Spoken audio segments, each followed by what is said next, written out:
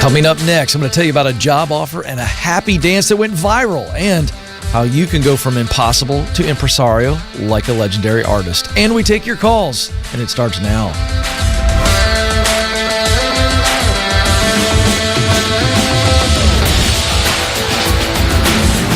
I am coming to you live from Ramsey Studios in Nashville, and you are joining a conversation about who you are, what you were created to do in and through your work, where you can, where you want to do that work, and then how you get there. We want to make your dream job a reality.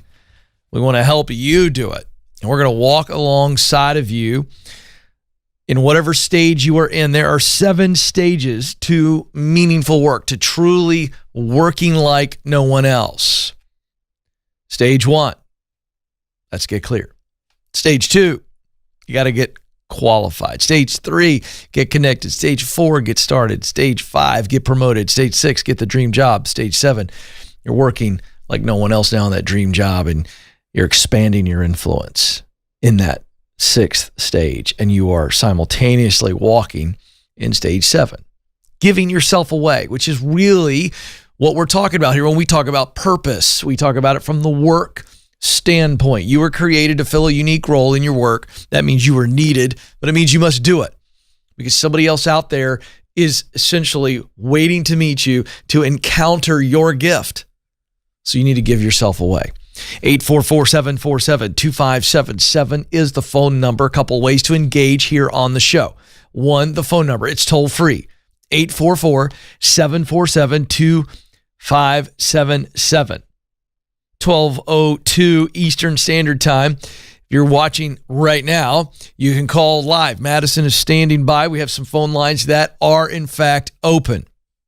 Right now, you're one phone call away. You need a career coach, counselor, cheerleader. I could be all 3. 844-747-2577. The second way to engage with a question needs to be very specific and detailed, but that's in the chat window next to the video you're watching.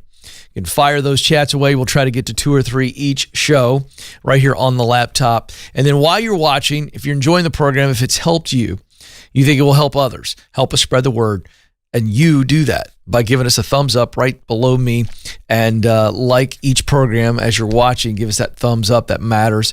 Subscribe if you haven't, and then share the show.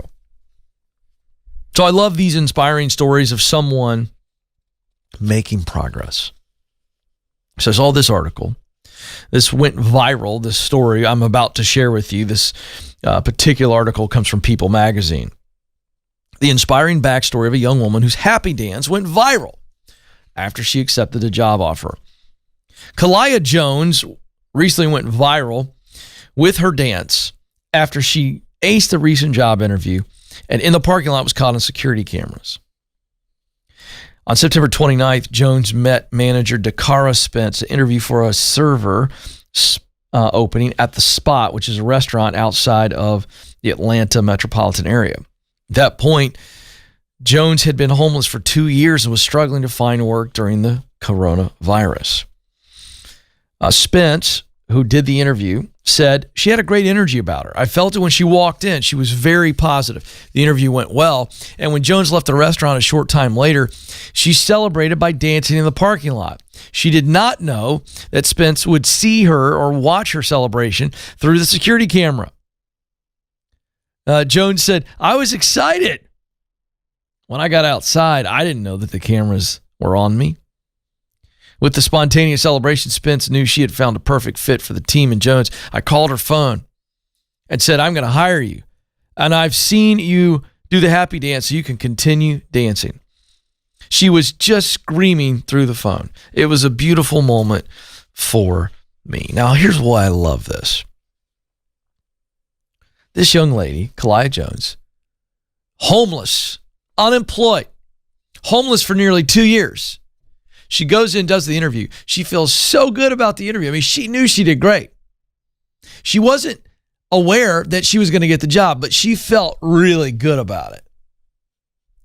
And she allowed herself, in the midst of tremendous uncertainty, 2 years, folks, of being homeless. She allows herself a moment of celebration to say, I feel like I nailed that one. That went really, really well. And you got to imagine that that's one of the few things that had gone well for her. And she allows this moment to overtake her, having no idea that she was being watched on the security cameras, and she really already had the job. But that certainly locked it in. So unbelievable. Well, Spence, the hiring manager, posted the video to social media, and it's been viewed by millions. And Jones's comment was, I was going through so much.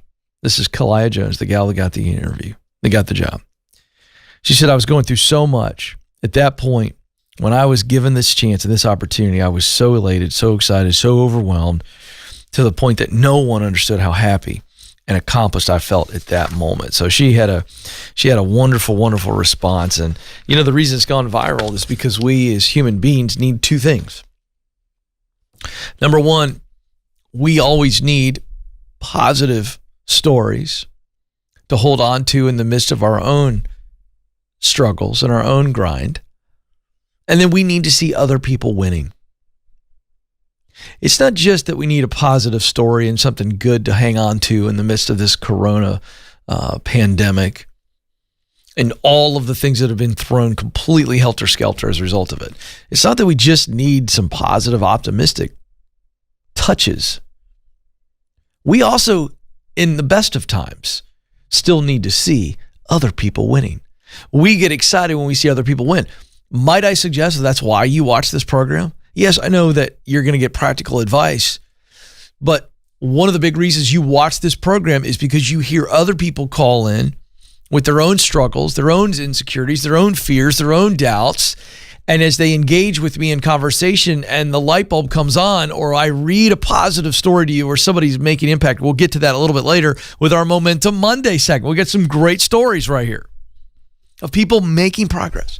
The reason we like watching these things and listening to these things is because it spurs us along. So, Kalia, thank you for your happy dance. It has helped and encouraged so many people. 844-747-2577 is the phone number. Let's get to the phones. Rockland, California is where we're going to start. Stephen joins us there. Stephen, you're on the Ken Coleman Show.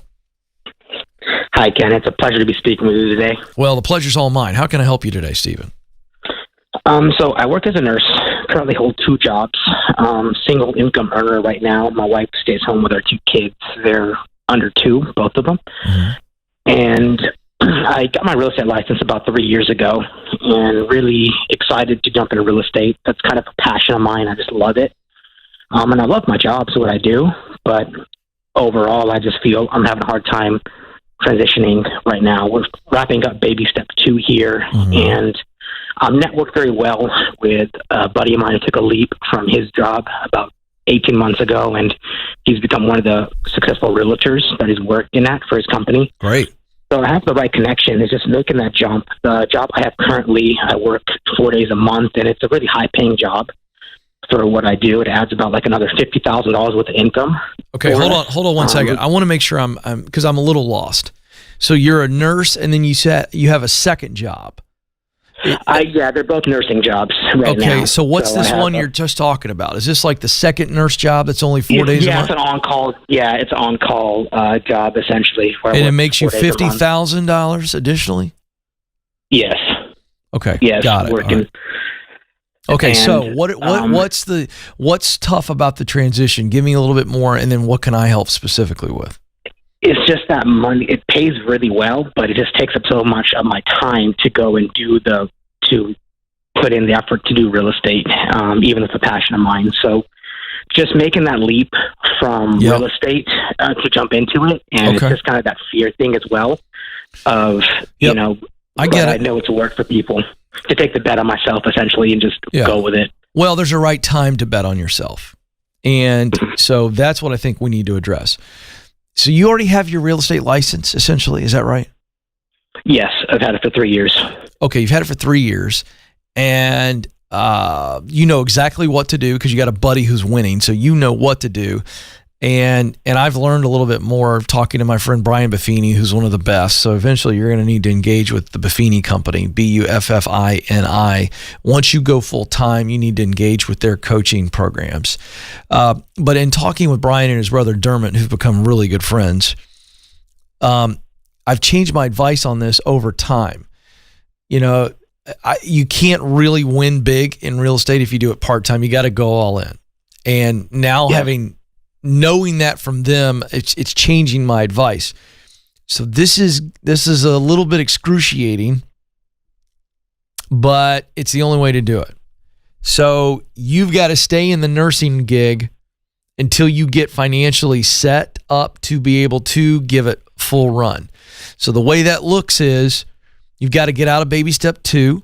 How much do you have left? For those who don't know what baby step 2, that is Dave Ramsey's 7 baby steps to live financially free and to be a person with financial peace. And so baby step 1 is put $1,000 in the bank for just basic emergencies. Baby step 2 is then to begin paying off all of your debts, smallest to largest. We call it the debt snowball pursuit because it's momentum building. You go for the smallest debt, then you take whatever you're paying into the smallest debt, and you roll it into the next one, and the next one, and you eventually tackle the biggest one. So you are in baby step 2, Stephen. How much do you have left, and when do you anticipate being done? I have $2,600, so hopefully by the end of November, we should be completely debt free. Oh, man, congratulations. That's awesome. Okay. Thank you. So let's go to baby step 3, which is 3 to 6 months expenses. That means everything you need to take care of the household. You need at least 3 to 6 months. When would you achieve that? Realistically, I think we can get it done for a 6-month emergency fund. It would be about 8 to 9 months. Okay, so 8 to 9 months from today, you've got your emergency fund in place. Okay. Yes. And so then you move into baby step 4, which is 15% of your income to retirement. But while you're doing that, I want you saving up an additional 3 months, maybe even an additional 6 months. And not emergency money, but what I would call your floating fund, meaning so that you don't have to touch your emergency fund. But you've got this, it's called the real estate floating fund, right? And it means we've got an additional 3, maybe 6 months of money set aside that would float you while you're going all in on real estate. And I wonder if you can't go all in on real estate and keep that secondary nursing job where it's 4 days out of the month. I think that I'd be okay with. I think the Buffinis would be okay with that advice as well, because it's only 4 days out of the month. So could you keep the secondary nursing job, which brings in $50,000, and that's kind of that floating fund, right? While you're going the rest of the 26 days of the month or 25 days, whatever it is, you're going all in on real estate. That would be my advice. What are your thoughts on that?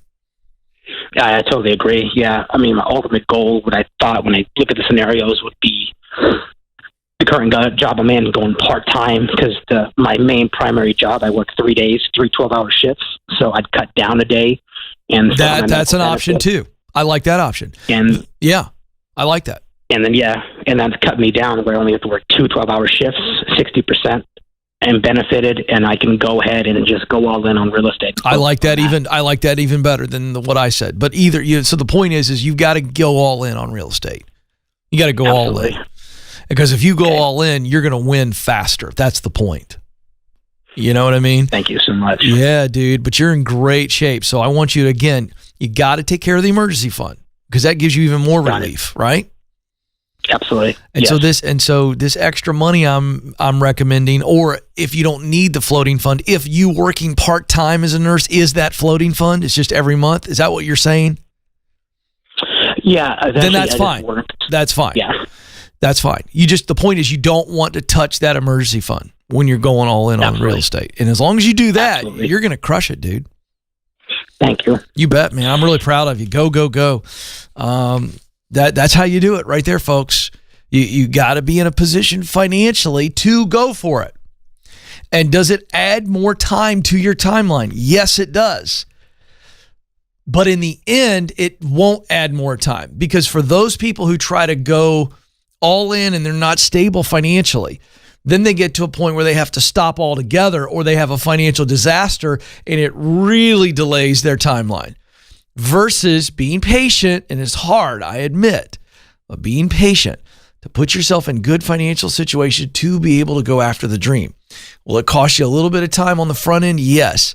But in the end, it will not. And you'll be able to get there without all of the stress and without the risk of disaster. Make sure you understand that.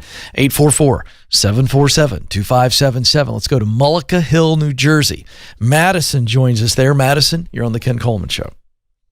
Hi, Ken. How are you? Madison, I'm living the dream. What's going on with you?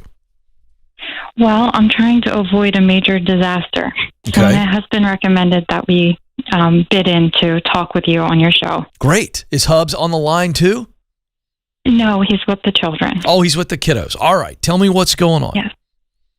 Okay. So I graduated August of 2019 from a doctoral nursing program, and my degree was for adult gerontology primary care.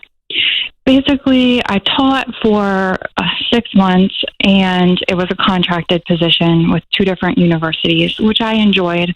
But then my contract ended, and I was having a baby. We were working Dave Ramsey's plan to get financial peace and freedom. So I had the baby, and in December, I started to apply for different jobs. So from December until now, I have been searching to find a clinical nurse practitioner position, and I really have not had very much success. But I did recently in September get an offer for a position that would be 1 day a week at an integrative regenerative medicine clinic in Florida. So we live in New Jersey, and this position's in Florida. They've only guaranteed me 1 day a week. But as I've learned kind of more and spoken with the doctor who runs the practice, it seems like something's slightly off, and he may have like financial instability. So I'm worried about actually following through and taking the job. I don't know if I should. Yeah, I would trust your gut on that. I would trust your gut. There's just too many red flags in the conversation. And even if there weren't red flags, let's just play that out. Let's just assume that it's only 1 day a week, and you know what you're going to get paid for that, I assume. So I understand it's more than you're getting paid now, right? Because you're not employed. Yeah. Right. But could your husband move? Could he do his work from there? Or would he have to start all over? My husband's a nurse, so he can work anywhere. But when we've been in the process of trying to sell our home and find a job for him down there, we found that nurses make significantly less. So even though the cost of living is less, he has a really good job here with benefits. I think you hold. I think this is a hold. This is, and I know this is hard because I know what's going on with you psychologically right now. It's what anybody would be dealing with. I've been frustrated for so long. I'm highly qualified with this doctorate, but COVID has hit, and a lot of healthcare frontline working positions have slowed because of the lack of elective procedures in certain states, right? And I'm guessing New Jersey is, from what I read, New Jersey's a big time lockdown state. So is that what you're in? Is that what you're seeing? Is that because of the elective procedures being less and less, that's why you're having a hard time getting in? I definitely think that's part of it. I think some positions that I had applied for, they did away with. Other companies, they've lost so much money that they've just cut back on hiring. Yeah. And then other offices and facilities have said that during this global pandemic, they really only want experienced people. Yeah. So I have really gotten very few even interviews or callbacks. Exactly. So this is a tough situation, and it's largely, let's chalk that's all COVID. Everything you just listed out, that's all COVID related. Okay. It just is. And that has nothing to do with you. And this Florida thing's not a good decision because it's not worth the trade-off. Okay. Yes, you would be getting in, and that's why you're considering it. You're like, oh, I finally got an opportunity. Yeah. But man, I got some bad feelings. I know you do. But the problem is you got a bad feeling. Would you tell you, or do you have kids? I do. Yeah. How old are your kids? So my son is 8 months, and my daughter is going to turn 3 in January. Yeah, let's fast forward 20 some years from now, okay, just for fun. Yep. And your daughter comes to you and you guys are really close and you get this great mom-daughter relationship. She comes to you and she goes, Mom, I need your advice. Yeah, what is it, sweetheart? She says, I really like this guy at college. I really like him. I really like him a lot. But in just having some basic conversation with him at a party or at a friend's house, the way he talks about other people or the way he talks to other girls, it gives me some red flags. But gosh, he's so cute. Mm-hmm. He's so cute. I really like him. I'd love to go out with him, Mom, but I just feel like it's checking my spirit. What would you tell your daughter? Run. Yeah. So okay. This is hard. Mm-hmm. Just like it'd be hard for her, right? Well, Mom, he really likes me. Flirts with me a lot. But here's the deal. This isn't right. You know it's not right. There's all these reasons why it's not right, and we don't take a situation that has got all these things wrong with it just because it checks the box of getting you some work and get your toe in the water. Hang in there a little bit longer. Do not give up the fight. Double down on the proximity principle. I'm going to give you a copy of my book. It's a deep dive. Okay, Madison? It's a deep dive on how to really connect. And even in COVID, it'll work. In fact, I got some emails to read in a little bit of people that are getting great gigs by using the proximity principle. It says in order to do what Madison wants to do, she's got to be around people that are doing it and in places where it is happening. I'm going to walk you through 5 people, 5 places, and I'm going to give you homework assignments that are really easy to do. And if you read the book and do what I tell you to do, eventually you're going to get there because this COVID thing is the lid, okay? And eventually this lid is going to get lifted. And I don't want you to make a bad decision for your family just because you want to get in. It's not worth it. Just hang in there a little bit longer, okay? All right. Thank you so much. I do appreciate it. You bet. Hang on the line. Madison's going to give you the copy of the book, whatever format that you want. 844-747-2577. All right, Joe. I think the timing is perfect because I just told Madison that even in COVID times, the proximity principle works. In fact, it is the game changer in bad times and in good times. And I got some proof in today's Momentum Monday. Oh, yeah, we love to share stories of momentum from you, the people, to encourage you. There are real people that are making strides. They're making progress, even in times of COVID. Here we go. Mark from Kansas City writes in, hey, Ken, I'm starting classes to become a licensed real estate agent with a dream of owning my own brokerage in the next 10 years. The biggest challenge has really been fear. Family members have pushed safety and having a steady job working for someone else, but I'm a world-changing entrepreneur, and it is time to let my heart sing. How about that? I love it. By the way, earlier in the email, he says, I started working the proximity principle at the beginning of 2020. I kept connecting with people, asking questions, and finally had a friend who put me in touch with a real estate broker. So the proximity principle does work. There's a little more evidence. All right, next, Greg Wheeler writes in. In October of 2018, I got clear on what I wanted to do. I enrolled in an 8-month intensive user experience design boot camp. Halfway through the boot camp, I heard about your book, The Proximity Principle, and said, I need that. I immediately bought it and read it and put it into practice. After finishing the boot camp in July of 19, I made a list of the people you mentioned in the book. By the way, there's 5 archetypes of people I write about in the book. So Greg makes a list of real people who match the archetypes I write about. And then I reached out. I scheduled 30 connections with other folks who were UX designers. Folks, are you hearing this? He scheduled 30 conversations or lunches or coffees or whatever happened pre-COVID, Joe. You remember those days? When we actually ate together. Jeez. 30 people who are UX designers, which is what he wants to do.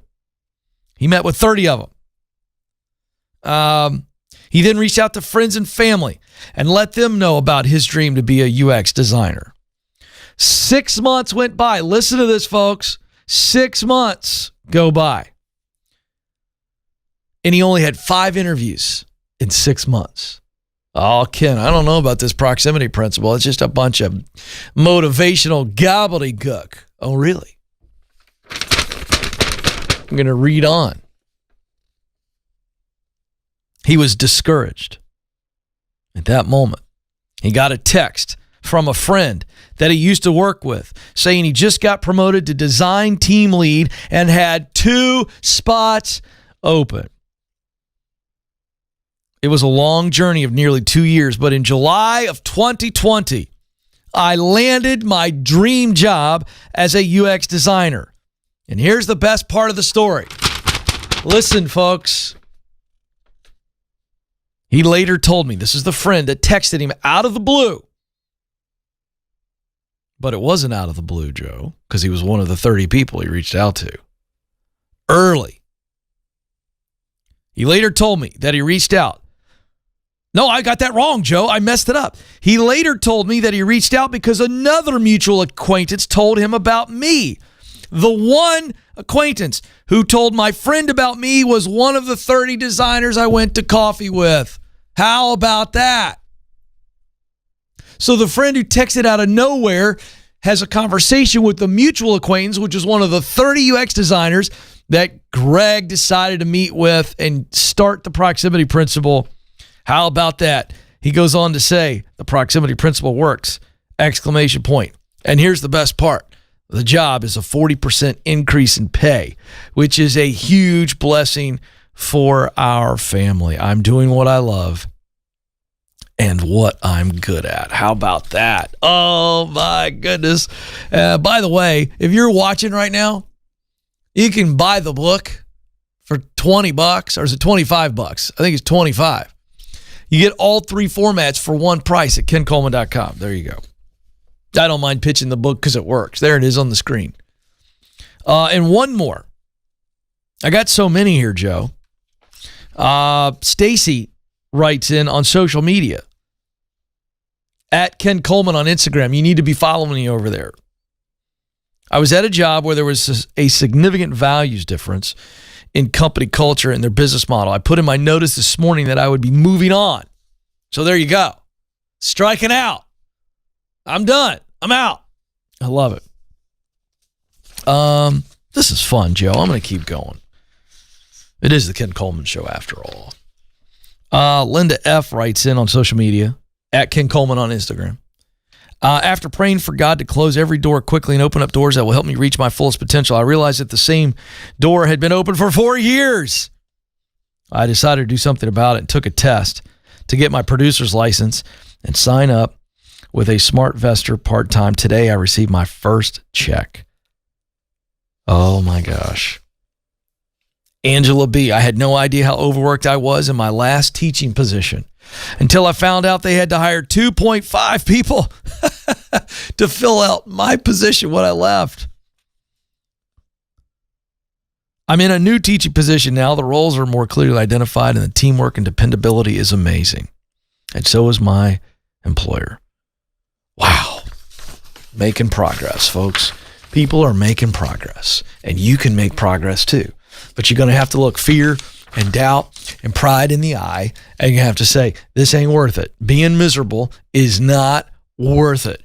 844-747-2577. Let's go to the chat window right here. Here we go. Lance writes in, what if your dream job becomes a nightmare?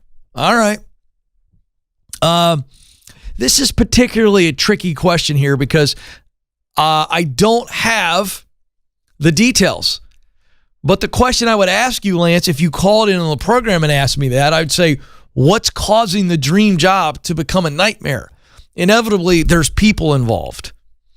And inevitably, there's a really negative culture that you're in. So, again, I don't know the details, but we got to figure out, can we fix the people problem or the culture problem? Can you fix it? Because if you can't, when the dream becomes a nightmare, it's time to wake up. Isn't that the truth, Joe? When we have a nightmare, what's the best thing that can happen to us? When we wake up. Heart's pounding. We're sweating. Oh, my gosh. What do we got to do? I know what I do when I wake up from a nightmare. I go get myself a cold glass of water, Joe. Oh, jeez. What's going on? got to analyze that nightmare. Whoa. And so that's what you have to do. That's the analogy there. But I'll tell you this, you need to call me. I need to know what has made it a nightmare, and then I can give specific advice. Let's go to Justin. I have the opportunity to become a part of an insurance agency that is a endorsed local provider, part of the Ramsey Network, which we call SmartVestor Pros now. What are some things I need to consider before making the move? Well, Justin, this is what I teach everybody. Is this opportunity with one of our Ramsey SmartVestor Pros, so being a financial advisor, is that in your sweet spot? In other words, does it allow you to use your talents, what you do best? Is it work that you love to do? Is a normal day, a full day of that type of work, the task, the functions, is that work that you love? And then if you look at the results of that work done well, producing a clear financial path for folks, seeing them get the yield on their investments and winning in their retirement, winning in their investments for family or whatever their dream is that they want to fund, does that make your heart feel alive? If the answer is yes on all three of those, well, that's what you need to know to start with. Then you need to sit down and interview them as much as them interviewing you. Do you feel like they've got a good company culture? Do they value their people? Do they openly talk about how they develop their team personally and professionally? Those are the things that I'd want to know before I decide to commit to an organization. Hong Lee writes in, how do I tune out other people's judgment or their voices to make sure that I'm really choosing the path of something I love doing? Well, that's really simple, actually. You've got to get quiet. You've got to get into a place where you're not distracted. And thus, you're not hearing those voices. You're not running into them. And then you got to choose to not sit in quiet and think about all the negative things that you've heard. And so that's why I recommend a pencil. And I write on this every day. So I recommend a pencil and your own notebook. And you get a loan and you write down all the things you love about the thing you want to choose. Walk through the sweet spot. Exercise. Does it allow you to use what you do best? Is it work that you love to do? Does that work produce a result that fills your heart? And you just do that. And once you get the clear answer there, then you have to be a big girl. And I think you're leaning towards it here by the nature of the question. You just go, look, I've confirmed over and over and over again that this is what I'm created to do.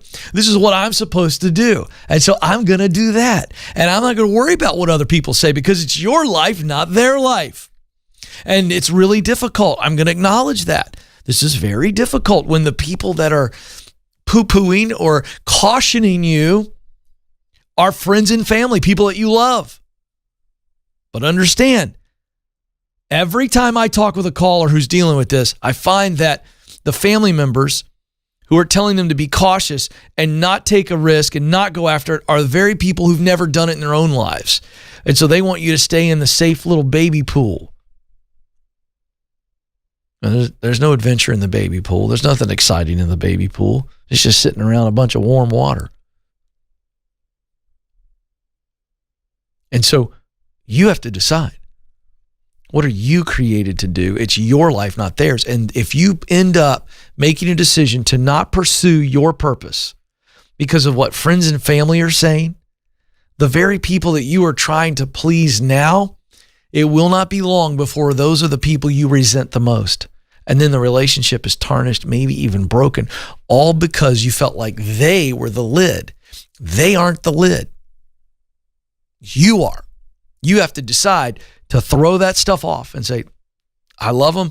I know they probably mean well for me, but I've got to do what I know I'm created to do and go strike out. And whether they come along on the journey or not, whether they cheer for you or they sit back and go, I told them, and they're waiting for you to fail, whatever. You have to be you. You got to do you. So strike out. Go for it. Speaking of which, I started at the top of the program. Joe, I don't know if you noticed the very fancy word that I chose. From impossible to impresario. This hip-hop icon, legend, businessman, started out, you want to talk about starting out behind the eight ball. Some of you are watching right now, you're going, Ken, I come from a family of destruction, or I come from poverty, or I come from dysfunction, or I come from nothing. I can't see the dream. Well, let's talk about this American rapper, producer, entrepreneur. He dropped out of school, even though he was showing potential, got distracted in a rough neighborhood and environment. He decided to drop out of school and make money selling crack. Almost lost his life multiple times after being shot at. And it woke him up. It was in that moment of destruction and near death that he decided, I'm going to pursue music. So he goes after it. He goes on to be rejected by every major label in the country. By the way, if we've done these profiles of very successful people, do you notice, folks, that there's a consistent theme of rejection in these stories? So for those of you who are feeling down because you've been rejected, welcome to the party. That's the deal. I think that rejection alongside of failure, those are two different things. Failure is when you do something that doesn't go well. Rejection is when somebody doesn't give you a chance or a shot that you want. I don't know that you can be successful without some level of rejection and failure. So I would say those are the tickets to the, you know what I mean? Joe, you remember those little admit one little paper tickets we'd get when you go to the festivals when we were younger? You know what I mean? It's kind of like, here you go. Here's your failure ticket. Here's your rejection ticket. You're going to at least need one of these for success. It's just the price of admission. And the sooner we realize that, the easier it is to face it, and the easier it is to move forward through it. So every major label in the country said no. Finally, he said, by the way, this is my story as well. After being told by a bunch of radio people no, a bunch of TV people no, I said, all right, I'm going to create my own daggone platform. I'm going to create my own thing so that people can see what I've got to offer. So he did the same. Started producing his own music, started his own label, titled Rockefeller. You hip-hop fans now know who I'm talking about. He is, in fact, Jay-Z. But it wasn't a rocket ship ride of success after he started his own thing. It was still really hard. A lot of failure. Almost all the artists he had on his label ended up leaving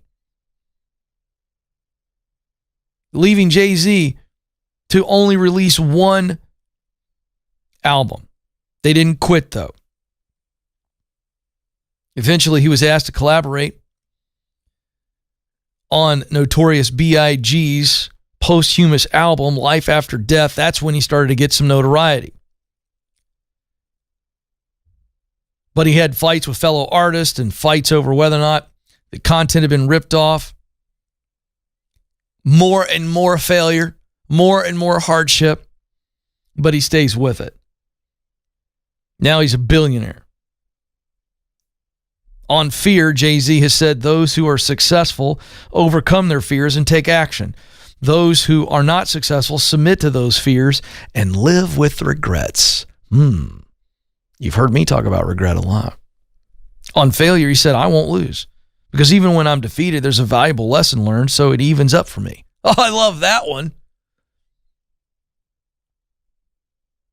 And another final quote on Failure, Jay-Z says, you learn more in failure than you ever do in success. And he's absolutely right. You've got to be able to embrace the failure and say, why did I fail? And what do I need to do to not do that again? You're already up on everybody else who likes to quit the first time they taste failure. It's a game changer. Fail quickly. As I've said, fail effectively. Fail consistently. That's the key. I'm serious. Every young person sitting around me, I'd sit there and go, look, whatever it is you're going after, figure out a way to fail quickly. Like, get to it pretty quick, fail. But when you do it, plan to fail so it's not a disaster. That's what I mean by fail effectively. Don't let your failure be life-threatening. It's like me riding a bike. I've told the story again. When my dad taught me to ride a bike, he put me on the bike and we rode on the grass. Why? My dad knew I was going to fail and spectacularly crash. But by putting me on the grass, I'm not going to break a limb and I'm going to have more skin after the wreck. So that's why my dad taught me to ride a bike on the grass. That's pretty smart. Fail effectively and then fail consistently. Once you master one thing, take on something else and fail at that. And before you realize it, you have failed forward and forward and forward and forward. And people are talking about you, about how awesome you are, and you're going, well, I've just kind of failed on purpose. I failed quickly, I failed effectively, and I failed consistently. And they're all talking about how I'm winning, and I'm just a big, giant failure. Yes, you are. We all are. But failure's not bad. Failure's good. Embrace it. Learn from it. Well, folks, my time is almost up. But before I let you go, I want you to remember that you matter, that you do have what it takes. Thanks for joining us. Until next time, this is the Ken Coleman Show. Press on.